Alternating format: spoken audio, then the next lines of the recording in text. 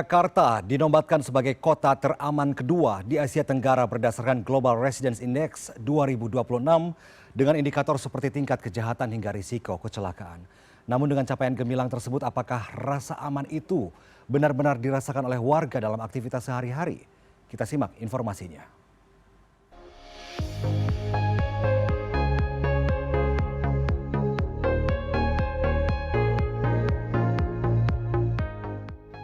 Jakarta dinobatkan sebagai kota teraman kedua di ASEAN menurut Global Residence Index yang dirilis 16 Januari 2026 lalu.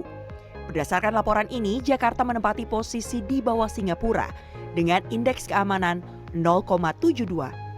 Peringkat ini membuat Jakarta berada di atas Bangkok, Kuala Lumpur hingga Hanoi.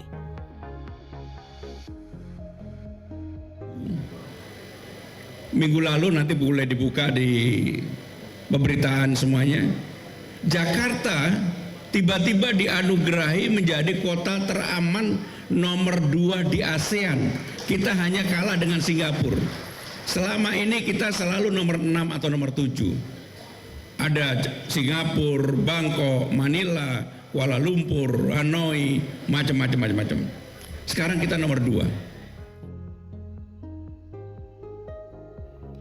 Beberapa indikator yang menjadi penentu diantaranya tingkat pembunuhan di kota, risiko keamanan, penculikan, risiko politik hingga kecelakaan lalu lintas.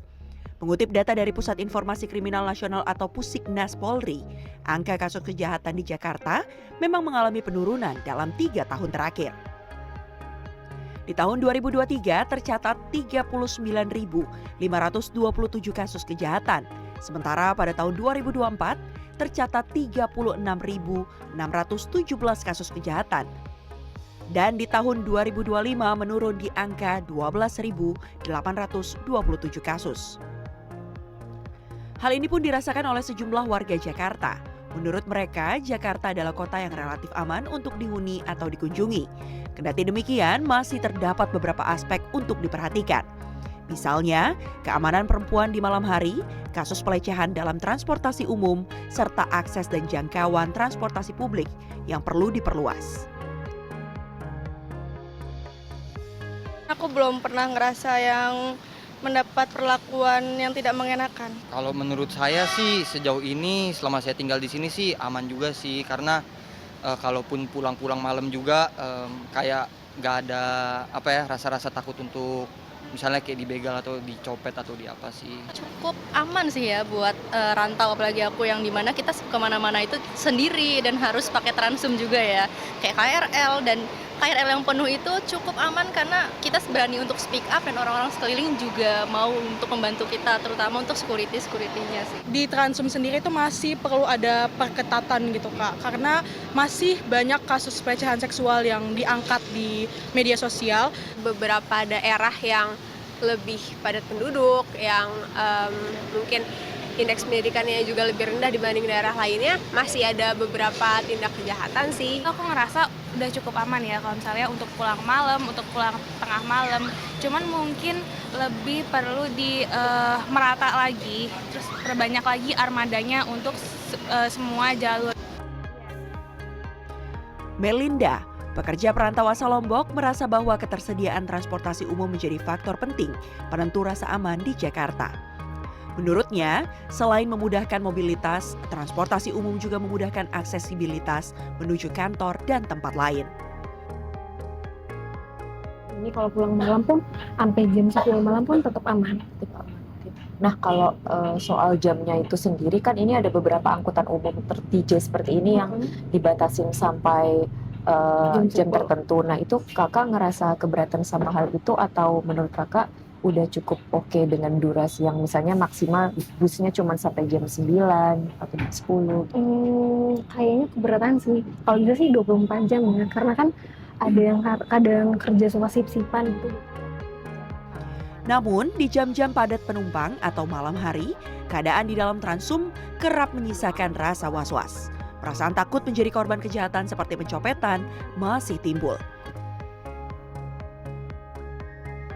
Tadi kan sempat di Transum itu desek-desekan, gak dapat tempat duduk gitu ya. Nah, itu mempengaruhi rasa aman dan nyaman gak sih dalam Transum? Pastinya sih Kak, tadi kan aku juga sempet tasnya simpan depan kan gitu, aman gak aman sih sebenarnya.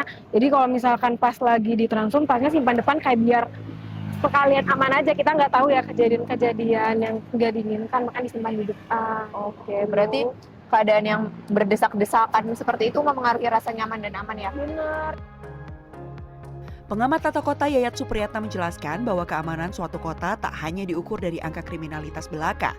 Menurutnya, aman berarti mencakup dilindunginya hak-hak individu seperti bekerja, beraktivitas, dan mengakses pendidikan.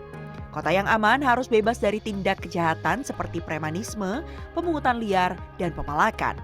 Ia pun menambahkan peringkat gemilang yang diraih Jakarta tak boleh membuat pemerintah maupun warganya terlena. Pemerintah perlu meningkatkan pengawasan agar rasa aman tak hanya tercantum di survei, namun juga dirasakan masyarakat. Di sisi lain, warga perlu menaati aturan dan hukum yang berlaku. Jadi selama ini kalau misalnya kita melihat dari sisi aspek kriminalitas, mungkin orang melihat berapa tinggi tingkat peristiwa kejadian kriminalitas itu terjadi pada kota. Padahal gangguan keamanan itu bukan hanya pada persoalan adanya kejahatan, tapi juga misalnya gangguan terhadap usaha. Sekarang juga aman tuh misalnya dalam konteks secara formal dan informal. Yang formalnya misalnya contoh, ada nggak misalnya birokrasi masih memungut? Itu kan kejahatan sebetulnya kan. Di dalam konteks urusan birokrasi panjang atau pendek. Justru kota yang paling aman jika transparansinya terbuka. Jadi bukan hanya pada soal di ruang aktivitas secara kehidupan masyarakatnya. Keamanan yang ideal dibangun atas dasar kesadaran warga untuk menjaga kotanya. Meski regulasi dari pemerintah adalah hal yang vital, namun ketaatan masyarakat untuk mematuhi peraturan menjadi penting untuk membangun kota yang aman dan nyaman.